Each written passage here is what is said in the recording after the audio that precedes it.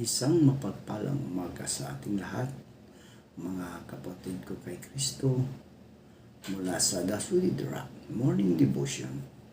Isang kagalakan na muli tayo ay makapagbulay-bulay sa salita ng Panginoon sa umagang ito. Mga ilang minutong pagbubulay-bulay ng mga salita ng Panginoon upang papurihan at sambahin ang ating Panginoong Hesukristo. Ayan, magandang umaga po sa ating lahat. Isang bagong araw na naman ang ipinagkaloob sa atin ng Panginoong Hesukristo. Isang bagong pagkakataon upang siya ay pasalamatan, purihan, at paglingkuran.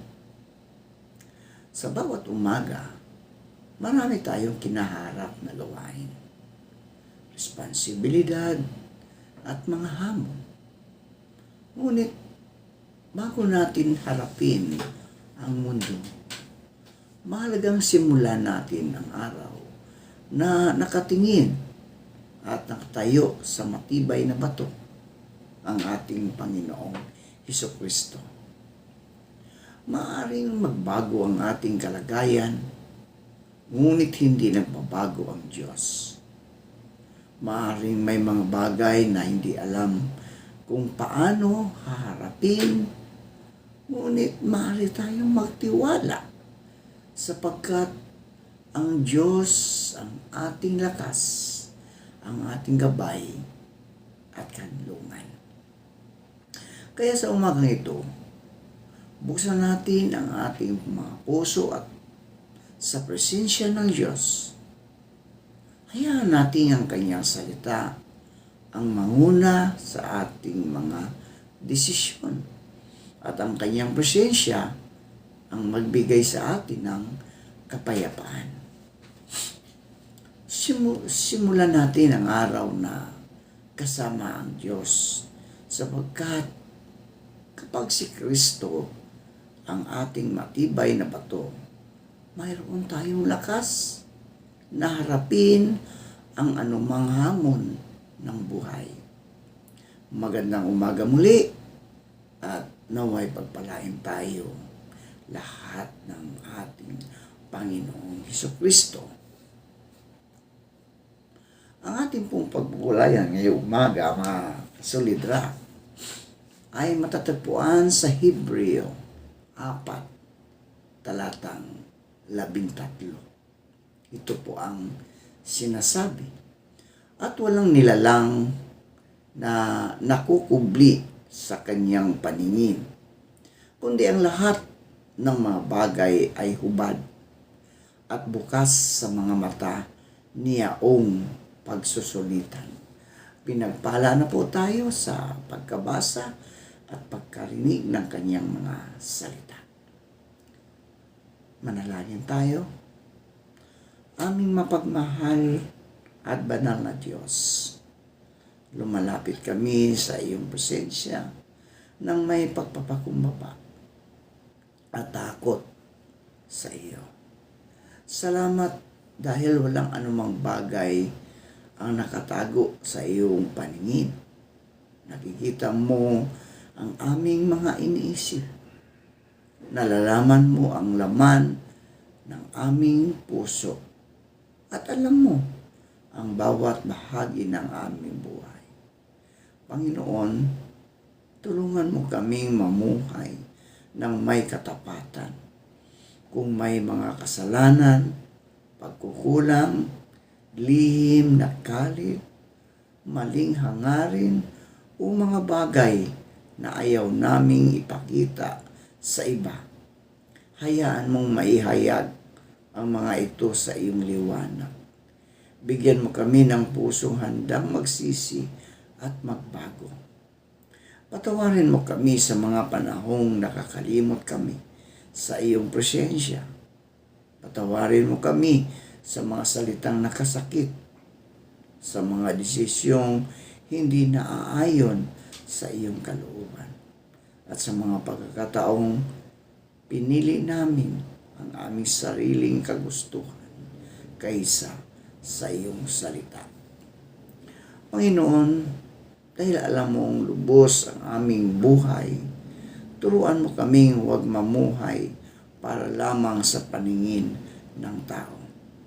Naway ang aming tunay na layunin ay maging kalugod-lugod sa iyo. Bigyan mo kami ng lakas na piliin ang tama kahit walang nakakakita.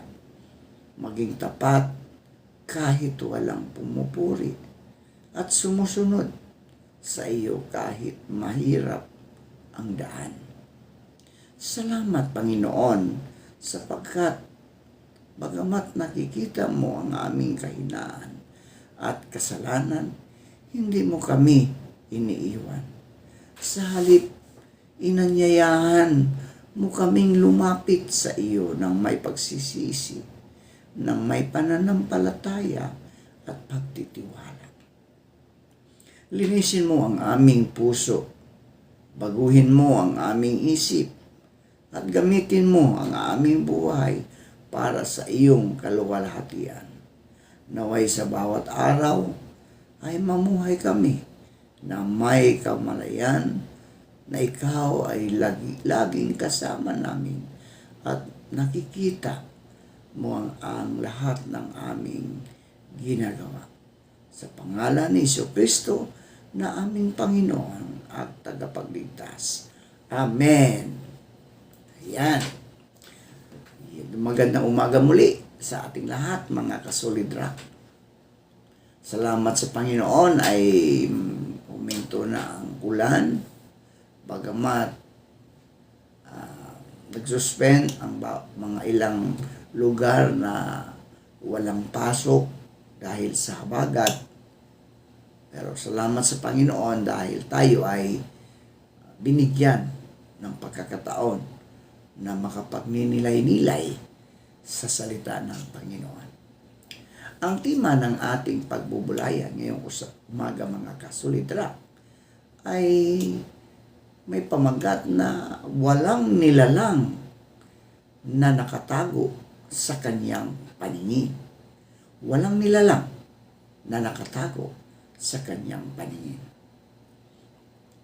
Mga kasulidra, ang Hebreo Kabanata 4, talatang 13 ay isang napakalalim at seryosong paalala tungkol sa pagiging ganap na nakikita ng Diyos. Maaaring marami tayong maitago sa ibang tao.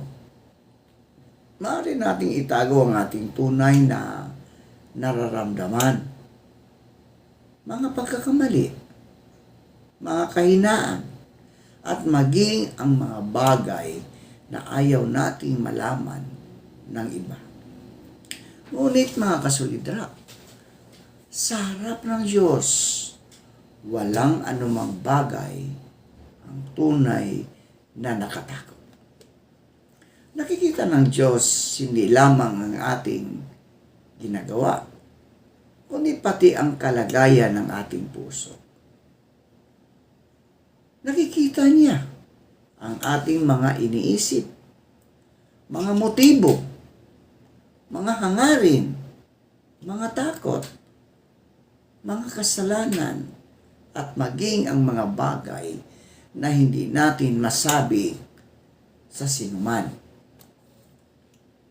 Ang talatang ito ay maaaring nakakatakot sa unang tingin, mga kasulita.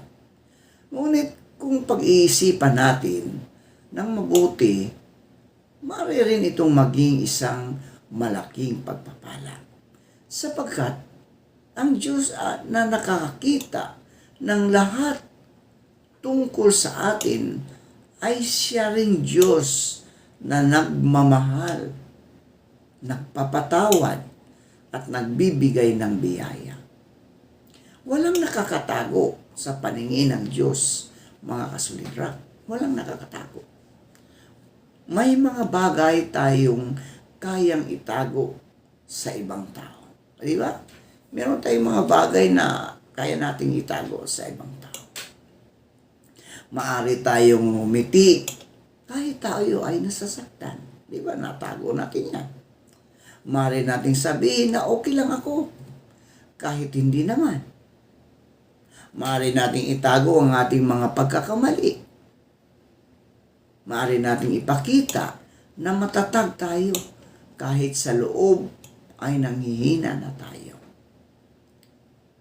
Ngunit hindi natin kayang itago ang ating sarili sa Diyos, mga kapatid ko kay Kristo. Bago pa man tayo magsalita, alam na niya ang nasa puso natin.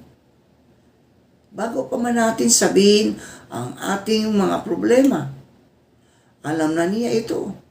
Bago pa man tayo humingi ng tawad, alam na niya ang ating mga kasalanan. Ang Diyos ay hindi nalilinlang ng ating panlabas na anyo, mga kapatid. Maaaring makita ng tao ang ating mukha, ngunit nakikita ng Diyos ang ating mga puso. Maaaring makita ng tao ang ating mga gawa, ngunit nakikita ng Diyos ang motibo sa likod ng ating mga gawa.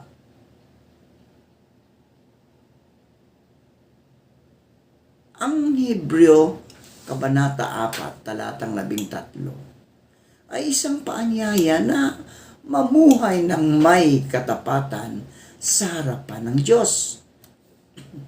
Nakikita ng Diyos ang ating mga kahinaan, mga kapatid.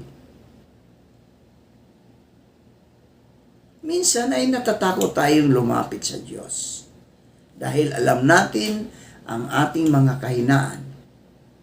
Iniisip natin, paano ako lalapit sa Diyos gayong marami akong pagkakamali? Karapat-dapat ba akong manalangin?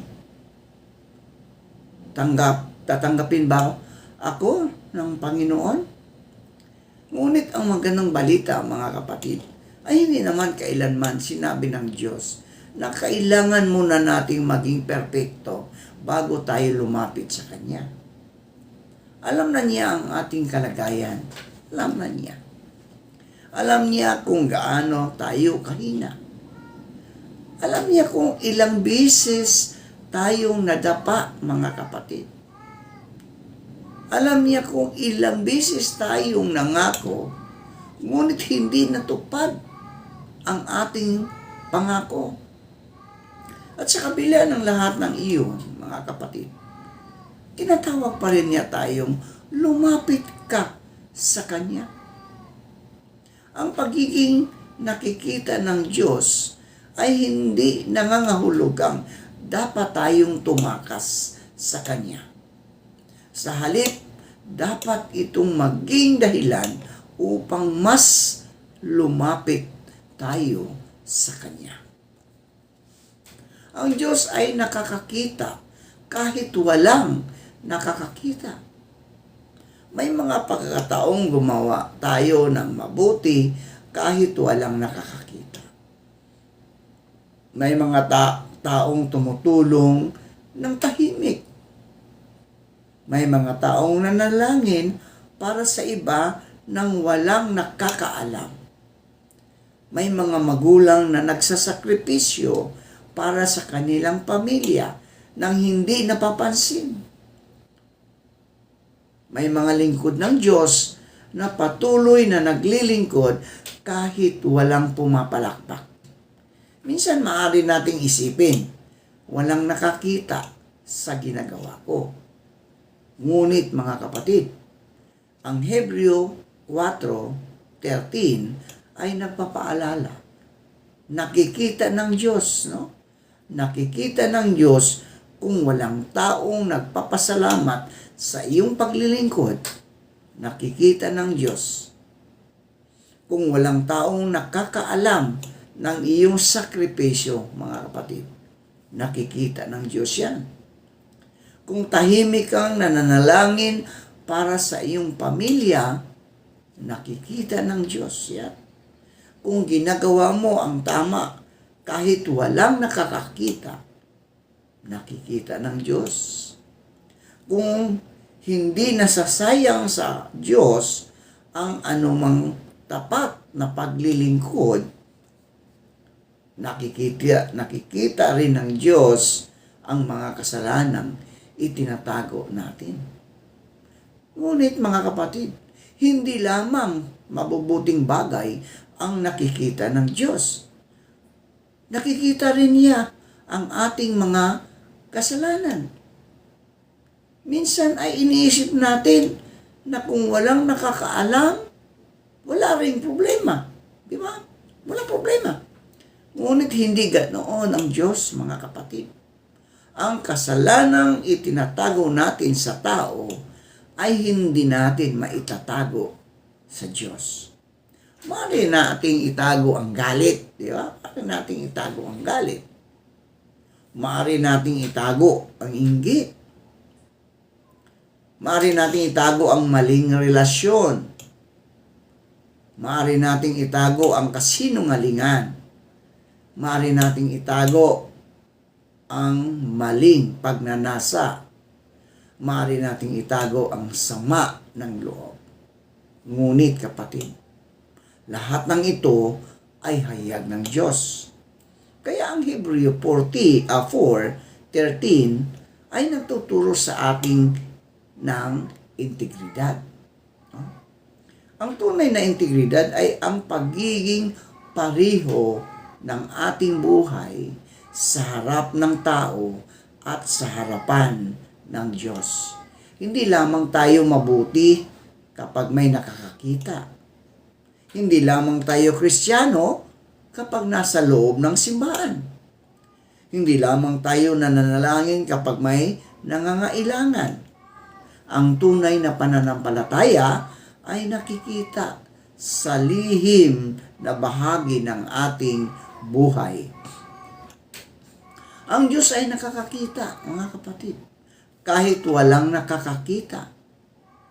May mga pagkakataong gumagawa tayo ng mabuti kahit walang nakakakita. May mga taong tumutulong ng tahimik. May mga taong nananalangin para sa iba ng walang nakakaalam.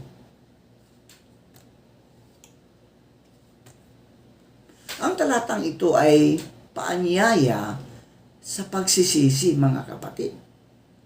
Kung alam nating nakikita ng Diyos ang lahat, ano ang dapat nating gawin? Kung nakikita ng Diyos ang lahat, na ano ang ating dapat gawin? Kapatid, ang dapat gawin ay magsisi. Magsisi. Ang pagsisisi ay hindi lamang pagsasabi ng Panginoon, patawarin mo ako. Ang tunay na pagsisisi, mga kapatid, ay makipagkilala. No? Pagkilala. Panginoon, alam mo kung sino ako. Alam mo ang aking kahinaan. Alam mo ang aking kasalanan. Hindi ko na ito itatago sa iyo. Kailangan ko na ang iyong kapatawaran. Kailangan ko ang iyong kapatawaran. Napakaganda kapag ang isang tao ay hindi na kailangang magkunwari sa harapan ng Diyos. Maaari niyang sabihin, Panginoon, ako ito. Hindi perpekto. May kahinaan. May sugat. May pagkakamali. Ngunit handang magbago. At doon nagsisimula ang tunay na pagbabago. Ang Diyos na nakakita sa atin ay Diyos ng biyaya. Diyos ng biyaya. Hindi natin dapat basahin, no? O hindi natin dapat basahin ang Hebreo 4:13 na para bang ang Diyos ay isang hukom. No? Para bang ang Diyos ay isang hukom lamang na naghihintay na tayo ay magkamali. Ang Diyos ay banal, mga kapatid. Ang Diyos ay banal at makatarungan. Ngunit siya rin ay maaawain at mapagmahal. Mahalaga ang connection ng talatang ito sa mga sumusunod na talata. Sa Hebreo 4:14-16, ipinapakita na mayroon tayong dakilang punong saserdote, si Jesus, at dahil dito ay maaari tayong lumapit sa luklukan ng biyaya. Napakaganda ng mensaheng ito, mga kapatid na nakikita ng Diyos ang lahat tungkol sa atin. Ngunit maaari pa rin tayong lumapit sa Kanya dahil kay Kristo. Hindi tayo lumalapit dahil perpekto tayo. No? Hindi tayo lumalapit dahil perpekto tayo. Lumapit tayo dahil maawain ang Diyos. Hindi tayo lumalapit dahil karapat-dapat tayo. Lumapit tayo dahil may biyaya. Hindi tayo lumalapit dahil wala tayong kasalanan. Lumapit tayo dahil may kapatawaran kay Kristo. Kung kaharap mo ang Panginoon, mga kapatid, kung kaharap mo ang Panginoon, ano ang sasabihin mo? Ha? Ano ang sasabihin mo? Kung binasa natin ang Hebreo 4:13, may iugnay natin ito sa isang mahalagang tanong. Kung ngayon ay kaharap ko ang Panginoon, ano ang sasabihin ko sa Kanya? Maaari ba nating sabihin, Panginoon, salamat dahil naging tapat ka sa akin? Maaari ba nating sabihin, Panginoon, patawarin mo ako sa mga kasalanang itinago ko. O Panginoon, salamat dahil nakita mo ang aking mga luha. O Panginoon, salamat dahil nakita mo ang aking mga pagsisikap. O Panginoon, tulungan mo ako mamuhay ng tapat sa iyo. Ang tanong na ito ay hindi lamang para sa hinaharap, mga kapatid. Ito ay tanong para sa araw-araw o sa araw na ito. Kung alam nating nakikita ng Diyos ang lahat, paano tayo dapat mamuhay? Dapat tayong mamuhay ng may takot sa Diyos. Ngunit hindi takot na tumatakas sa Kanya, kundi banal na paggalang sa Kanya. Dapat tayong mamuhay ng may katapatan. Dapat tayong mamuhay ng may integridad. Dapat tayong mamuhay ng may pagsisisi. At higit sa lahat, dapat tayong mamuhay ng may pananampalataya kay Kristo. Ang Hebreo 4:13 ay isang salamin na inilalagay sa harapan natin. Di ba ang salamin? Pag tumingin ka, nakikita mo ang sarili. Tinatanong tayo nito, ano ang tunay na kalagayan ng iyong puso? Hindi kung ano ang nakikita ng ibang tao. Hindi kung ano ang iniisip ng iyong pamilya. Hindi kung ano ang nakikita ng iyong mga kasama sa iglesia, kundi ano ang nakikita ng Diyos. Maaaring marami tayong maitago sa mundo, mga kapatid, ngunit wala tayong maitatago sa Panginoon. At sa halip na matakot tayo sa katotohanan, nakikita niya ang lahat, gawin natin itong dahilan upang lumapit sa Kanya. Kung may kasalanan, magsisisi. Kung may sugat, lumapit sa Diyos. Kung may kabigatan, ipagkatiwala sa Kanya. Kung may kahinaan, humingi ng lakas. Kung may pagkukulang, humingi ng kapatawaran. At kung tayo ay tapat, naglilingkod kahit walang nakakakita. Kapatid, magpatuloy dahil nakikita ka ng Diyos. Sa huli, hindi mahalaga kung gaanong karaming tao ang nakakita sa ating buhay. Ang pinakamahalaga ay kung ano ang nakita ng Diyos sa ating puso. Tayo po ay manalangin. Amang mapagmahal at banal na Diyos, aming Ama sa langit, lumalapit kami sa iyong presensya ng may pagpapakumbaba at buong pagtitiwala. Salamat po sa iyong salita na patuloy na gumagabay, nagtutuwid at nagpapaalala sa amin kung sino ka at kung sino kami sa iyong harapan. Panginoon, ayon sa iyong mga salita, walang anumang bagay ang nakatago sa iyong paningin. Nakikita mo ang aming mga gawa. Naririnig mo ang aming mga salita. At higit sa lahat, alam mo ang laman ng aming puso. Alam mo ang aming mga iniisip, aming mga pangarap, aming mga pangamba, aming mga kahinaan, at maging ang mga kasalanang pilit naming itinatago. Panginoon, patawarin mo kami sa mga pagkakataong namuhay kami na para ba walang nakakakita.